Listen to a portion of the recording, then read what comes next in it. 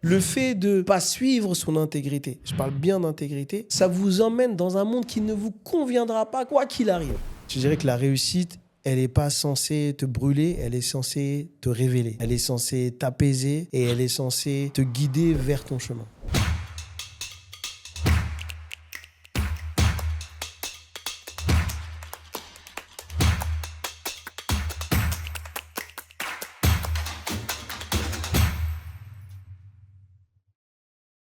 Hola todos, tudo bem? J'espère que tu vas bien et que tu te portes bien. Bienvenue dans le podcast Différent et alors. Je m'appelle Patrick Soulaye, je suis coach, mentor des esprits singuliers, je suis expert dans les sciences du comportement et je fais ça depuis 20 ans aujourd'hui. Je te propose ce podcast, pourquoi ? Parce que je veux que tu te sentes bien. Je suis là pour les esprits singuliers et bien sûr, si tu ne l'es pas, t'es le bienvenu également. On accueille tout le monde ici. Aujourd'hui, on va parler d'un thème très très important. Réussir sans se trahir. Attention, ça risque de te piquer un peu. Donc, prends ce qu'il faut. À tout de suite.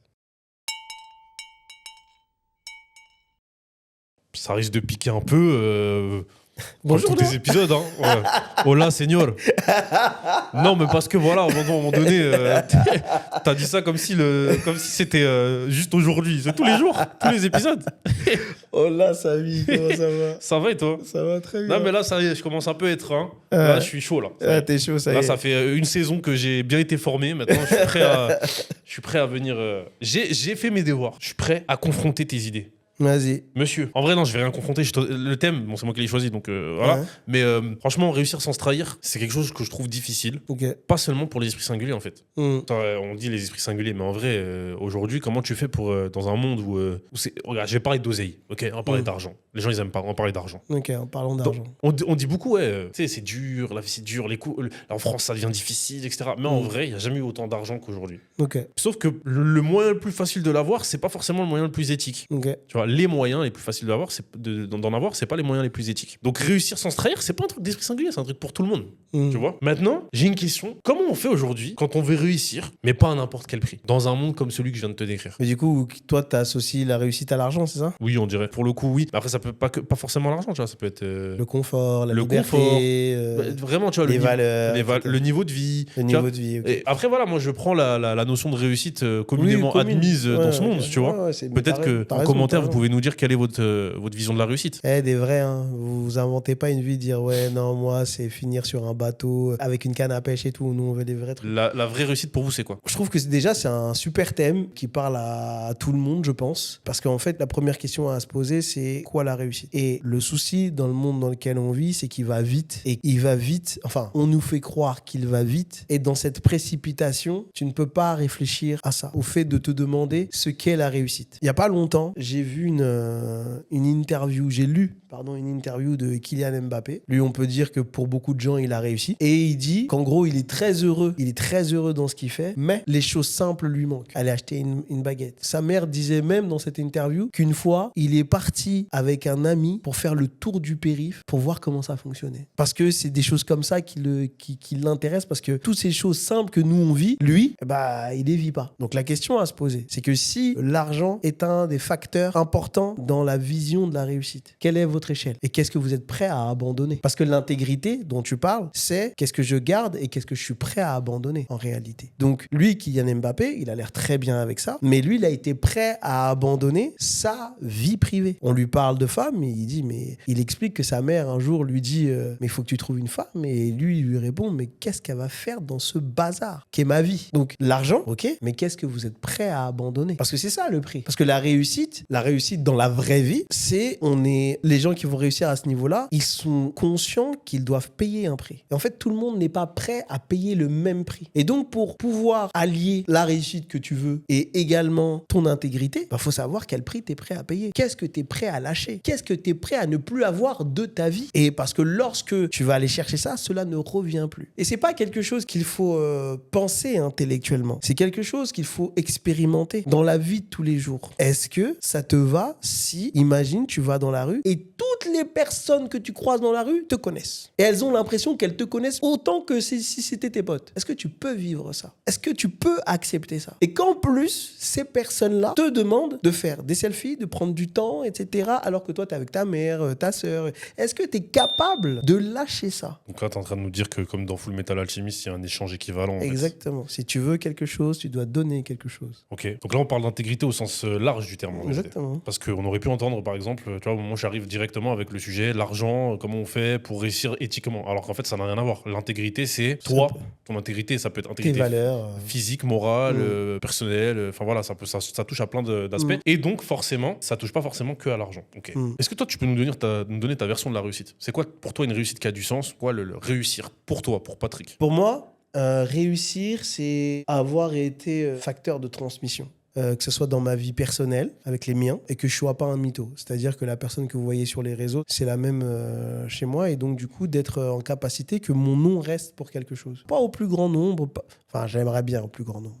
La vérité, c'est ça, je ne vais pas te mentir. Mais c'est vraiment que la réussite, ce serait de pouvoir avoir transmis aux gens et aussi de faire en sorte que les personnes que j'aime soient le mieux possible. Et est-ce que dans cette quête que tu es en train d'accomplir, parce que là, tu es devant une caméra et que tu postes une vidéo sur YouTube, donc tu es dans la transmission là. C'est ça. Est-ce que dans cette quête de ta réussite, tu as déjà failli te perdre? Bien sûr, il y a quelques années, mon Dieu, j'avais un rendez-vous avec un influenceur qui pesait de ouf. Genre plus d'1 million d'abonnés, etc., etc. Et c'était un moment charnière de ma petite carrière, de mon début de carrière. Et ce moment-là, je savais... En fait, j'avais deux choix. J'avais un influenceur et également un autre coach en dev perso qui était vraiment coté et tout. Les deux devaient se faire la même année. C'était la première année aussi, je devais faire maître du jeu 2 à l'étranger. Donc, cette année, ça devait être l'explosion en termes de visibilité, argent, etc. Tout était prévu. Sauf que les deux testent mon intégrité. C'est-à-dire qu'il y en a un, l'influenceur, plus d'1 million d'abonnés. C'était à l'époque où il n'y avait pas encore trop de podcasts. On fait un podcast et le podcast, je vous assure, il sort jamais, mais l'interview, elle est incroyable. L'influenceur, il pleure à la fin. Il me dit merci et il me dit, mec, ce que je viens de vivre, je l'ai vécu nulle part. Je vais te recommander à trop de monde. Et il y a une personne avec qui je travaille, elle me dit, t'as vu et tout. Je dis, on va voir, parce qu'on connaît les êtres humains. On va voir. Et puis, il y a cet autre,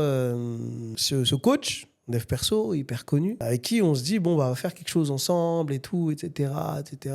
Et là, il me propose un deal où il me dit concrètement, je vais te ramener des gens. En gros, ce qu'il me proposait, c'est de travailler pour lui gratuitement parce que j'allais lui ramener des gens. Et dans ce qu'on allait faire, c'est moi qui allais ramener la valeur ajoutée. C'est moi qui allais ramener les trucs techniques, etc. Parce que lui, il avait le public, mais il n'avait pas la technique. Et il le savait très bien. Donc, c'est pas moi qui... Et donc, du coup, mon intégrité, qu'est-ce que je fais par rapport à lui? Par rapport à l'influenceur revient me voir juste avant qu'on balance, parce qu'il y avait tout un plan de com qui était mis en place et tout. Et revient me voir juste avant de lancer ce plan de com. Et il me dit, il faut qu'on prenne rendez-vous avec ma manager. Jusqu'à maintenant, j'avais jamais entendu parler de la manager.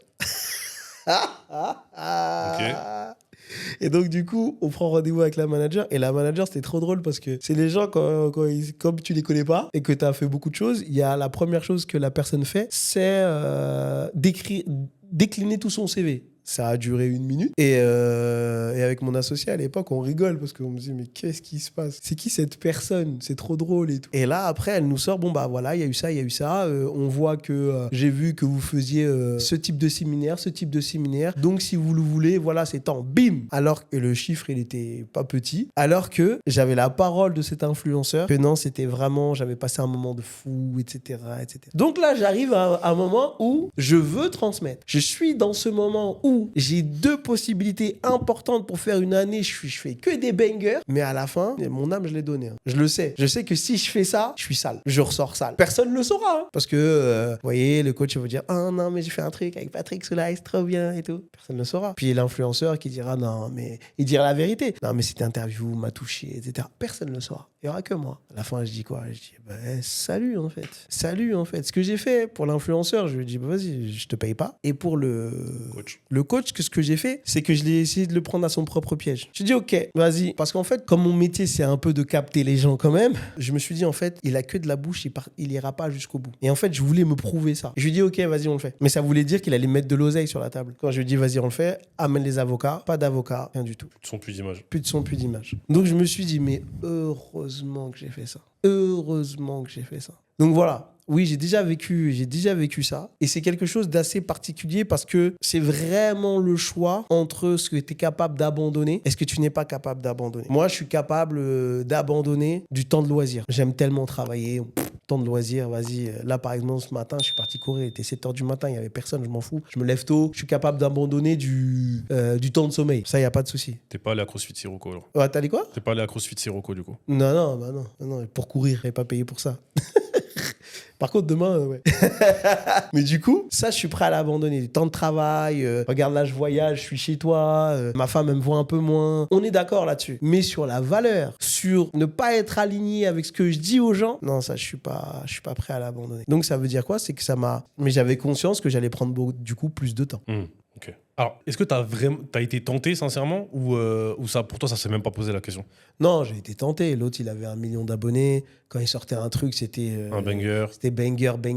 D'ailleurs, il a sorti un réel qui venait de notre discussion. Après une discussion, elle a fait 1 million de vues direct. Qu'est-ce qui t'a ramené à toi? T'as empêché de passer le pas? Quelle est la réflexion que t'as eue à ce moment-là? C'est pas une réflexion, c'est tout mon corps qui était mal à l'aise. Ah, J'étais donc énervé, en fait. C'était instinctif. C'était instinctif. J'étais énervé. Je me suis dit, mais en fait, ils me respectent pas, les deux, là. C'était pas possible. Et en réalité, c'est que je pense que tout le monde le sent ça. Après, il y en a qui sont en capacité de passer au-delà de ça. Moi, je peux pas. Aujourd'hui, pourquoi tu penses, j'en reviens quand même aux esprits singuliers, j'ai l'impression, j'ai pas envie de parler pour tout le monde, mais j'ai l'impression qu'on a beaucoup de mal à trouver notre place dans le monde.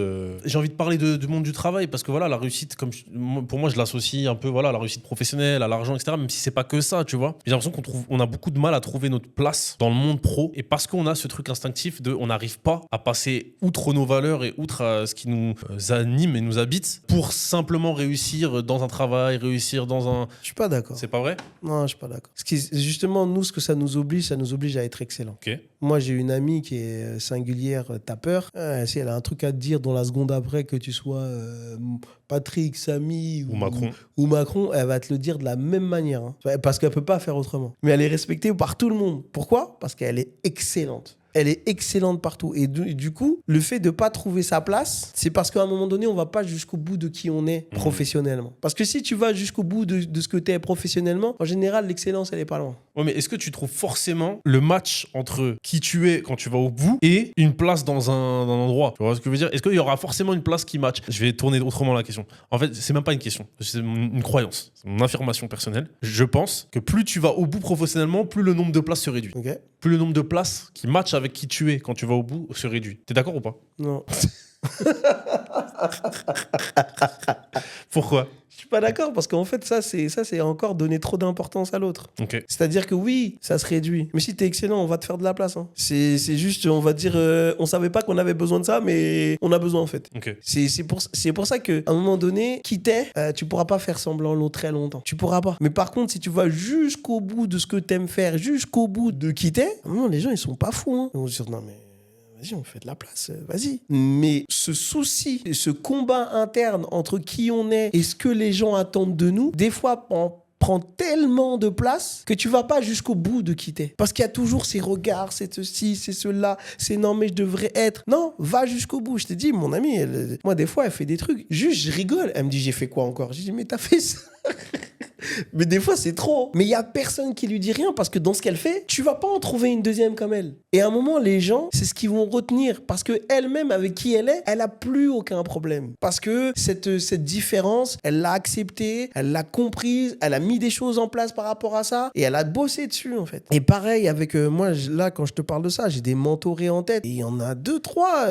Franchement, des fois, au début, je leur disais, attention, il y a ça, ceci, cela. Et à un moment donné, elles ont été acceptées par le groupe parce que qu'à un moment donné, on se rend compte que c'est plus leur atypie n'est pas dirigée envers quelqu'un. C'est juste qui ils sont. Et comment on accepte ça? C'est parce que dans leur excellence, elle me sert à quelque chose. Donc, on va commencer à faire des efforts parce qu'elle me sert à quelque chose. Et l'effort qu'on va faire, c'est qu'on va aussi faire l'effort, quand les gens sont bien intentionnés, de regarder autrement. Il ne faut pas que ça soit l'inverse, parce que sinon, si tu essaies de rentrer dans une case, t'as perdu. Et donc, finalement, en gros, là, pour refaire le lien avec la thématique, c'est que finalement, abandonner qui on est, mettre de côté son intégrité pour réussir dans le taf, pour réussir même dans une relation, c'est la pire chose à faire. C'est la pire chose à faire. Par contre, il y a l'intégrité et les excuses. Pas la même chose. C'est-à-dire? Il y a l'intégrité, les valeurs, qui on est profondément. Et il y a les excuses que tu trouves pour pas affronter ce que tu dois faire. Parce que ça aussi, il y a beaucoup, hein, même chez les esprits singuliers. Non, mais en fait, je suis trop comme ça, donc je peux pas... Non. Parle pas là, moi tout à l'heure, ce que j'ai donné comme exemple, c'est vraiment des choses qui sont clairement, on te marche dessus et voilà. Là, on parle de choses comme ça. On parle pas de non mais on me comprend pas assez. Non mais tout ça là, ça arrive à tout le monde. Les esprits singuliers, ça nous fait encore plus mal parce qu'il y a une sensibilité qui est intrinsèque à notre fonctionnement. Il y a pas de problème, mais il y a beaucoup de gens qui se sentent pas compris. C'est qu'il y a une différence entre notre intégrité, nos valeurs, la vision qu'on a de la vie, le fait de pas se trahir et les difficultés qu'on peut avoir qu'on va transformer en excuse. Il y a vraiment une dissociation à faire de ça. C'est quoi les conséquences, selon toi, que rencontrent, esprit singulier ou non, les personnes qui se trahissent pour réussir? Enfin, c'est quoi à terme? Tu vois, là, j'essaie de mettre un warning. Ne vous trahissez pas, mais... Ouais.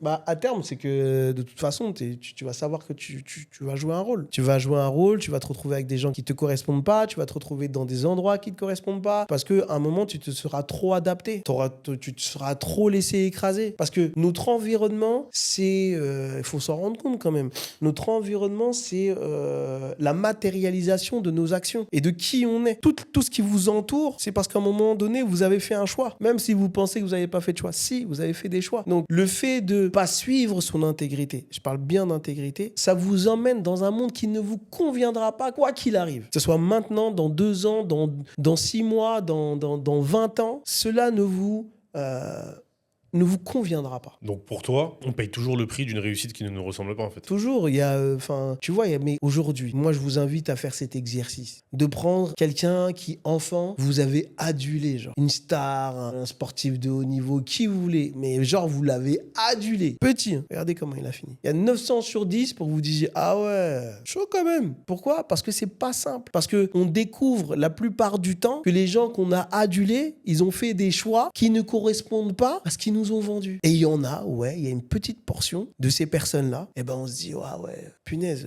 c'est génial. Cristiano Ronaldo, si tu nous entends. Ouais. Attends qu'il finisse lui. Peut-être à 60 ans, on va être dégoûté, on va apprendre des trucs. Pour l'instant, en tout cas, c'est un sans faute. Pour l'instant, ça va. Est-ce que tu peux donner peut-être des éléments de réflexion ou des outils aux personnes qui sont peut-être actuellement dans une situation où ils doivent faire un choix pour leur réussite, mais qui peut mettre en danger leur intégrité? Écoutez le cœur dans le sens où, en fait, quand on a un esprit singulier, pour moi, il y a la plus grande des trahisons, c'est d'aller contre cette singularité. C'est-à-dire que lorsque tu vas faire un choix et que tu sais que ce choix va aller contre ta singularité, ton cœur, il va te le dire. Tu vas te sentir triste, tu vas te sentir sale, tu vas ressentir de la colère. Il y a plein de choses comme ça. Et aussi, lorsque vous avez fait le choix, donc tu fais le choix, si ce choix ne t'apporte pas la paix, ça sent pas bon. Si ce choix, quand tu le fais, il t'apporte pas la paix, tu te dis pas, même si je regretterai rien, ça sent pas bon. Tu peux résumer, pour terminer, la réussite à une phrase essentielle? Je dirais que la réussite, elle n'est pas censée te brûler, elle est censée te révéler. Elle est censée t'apaiser et elle est censée te guider vers ton chemin. Si ce n'est pas le cas, c'est pas de la réussite. Si c'est pas le cas, fais un moonwalk. Alors, ce qu'on a vu, on a parlé de réussite, on a parlé du prix à payer pour réussir. Qu'est-ce que tu étais en capacité d'abandonner? On a parlé également du fait que la réussite, c'était censé t'apaiser, les différents signes qui font que tu sais que tu as réussi ou pas. On a parlé aussi de tous ces différents types de réussite. Et dans le prochain épisode, on parlera d'un thème génial que tu vas connaître. Tu ne pourras pas partager. Pourquoi les gens me fatiguent autant? À très vite.